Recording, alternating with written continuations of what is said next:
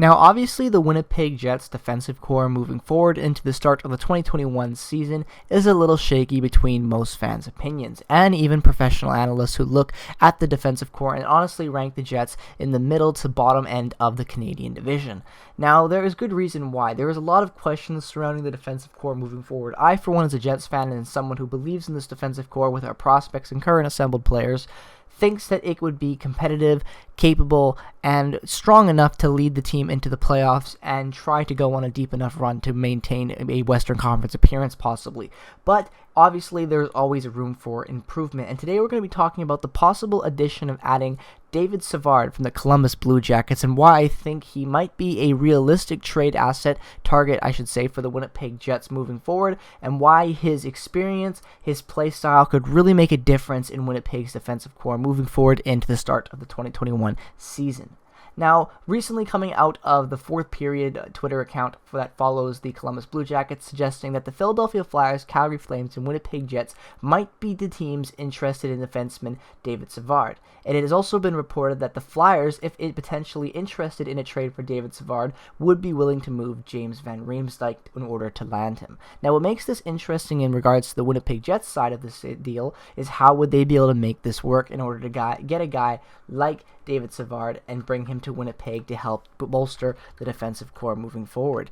Now, if obviously David Savard is a guy who is getting up there in age, 30 years old right now, and is a guy who has fallen off a little bit in point totals recently, but not, in my opinion, because of any poor lack of play, but mostly just due to the fact of opportunities and other situations as well. Now, when we go and look at his point totals over the last 3 seasons, from 2017-18 to 2019-20, in 2017-18, in 81 games played, 4 goals, 12 assists for 16 points.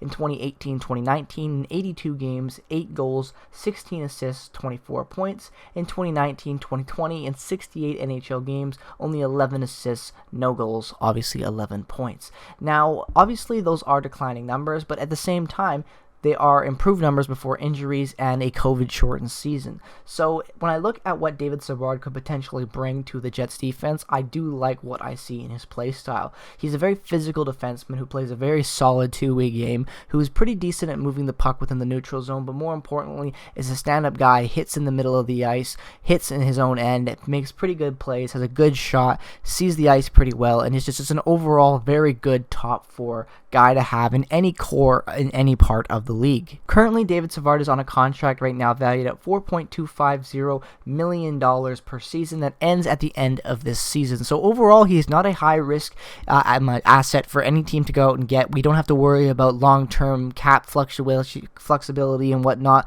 moving forward due to the fact that we have a guy making $4 million plus on a contract in his 30s. He would be expired after this year. Depending on how he plays in the shortened season due to everything with COVID, it could be a good potential move for the Jets moving forward and looking to maybe shore up that defensive core a little bit more, add a little bit more depth, and just try to make a better push as we wait for guys like Ville Heinola and Samberg and whatnot to make that jump to the NHL and be that capable top 4 defenseman that the Jets desperately need.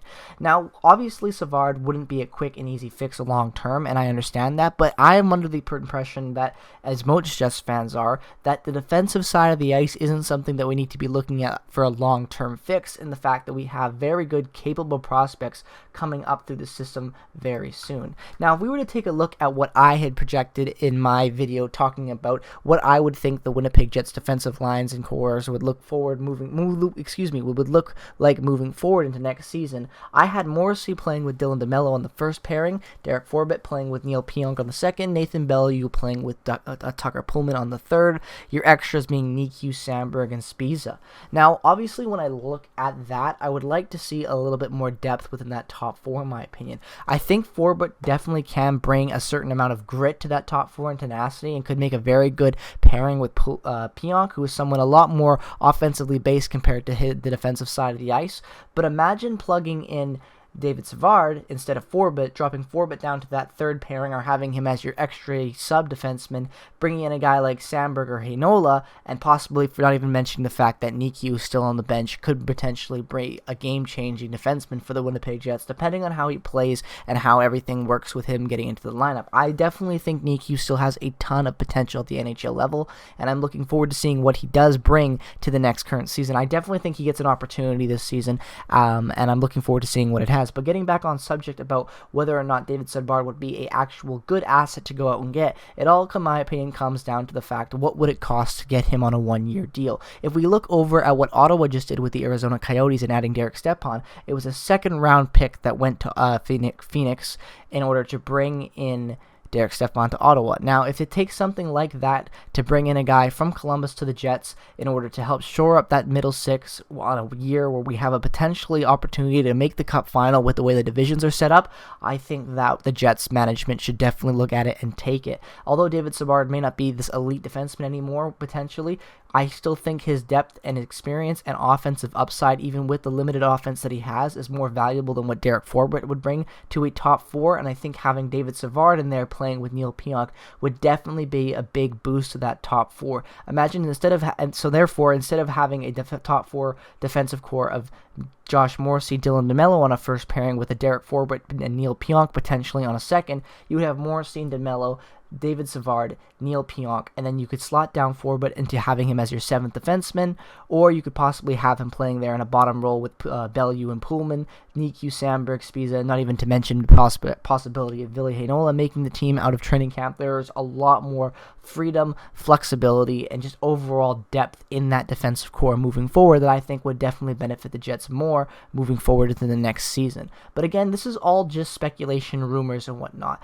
To see this actually happen, we're going to have to wait and see. I do still think the Jets will upgrade before the start of the season, whether or not that means trading Jack Roslovic, signing Jack Roslovic, or going out making an additional trade and getting a top four defenseman like David Savard. But again, let me know your thoughts down in the comments section below as always, guys. What are your thoughts on bringing in David Savard? Do you think he would be worth it? Do you think a second round pick would be too much for a one-year rental for a defensive guy who potentially wouldn't be that much of an upgrade over Derek Forbort? Let me know all your thoughts down in the comment section as below as always. Thank you guys so much for watching the video. If you are new to the channel, just came across this video browsing around on YouTube and you were a fan of hockey, regardless of what team you root for, definitely consider dropping a subscription as we are on that road to 500 subscribers, and I would appreciate all of the support you guys could give me by subscribing to the channel and turning on notifications. It means a lot to me, so thank you if you guys make that choice to do it. To all the returning viewers and subscribers, thank you so much for all the continuous support. As always, without you guys liking and watching these videos and leaving your comments, I wouldn't be making them, so thank you guys for all that. With all that being said, peace, love, and positivity, guys. I will see you in the next video. Take care. Bye-bye. Go Jets, go.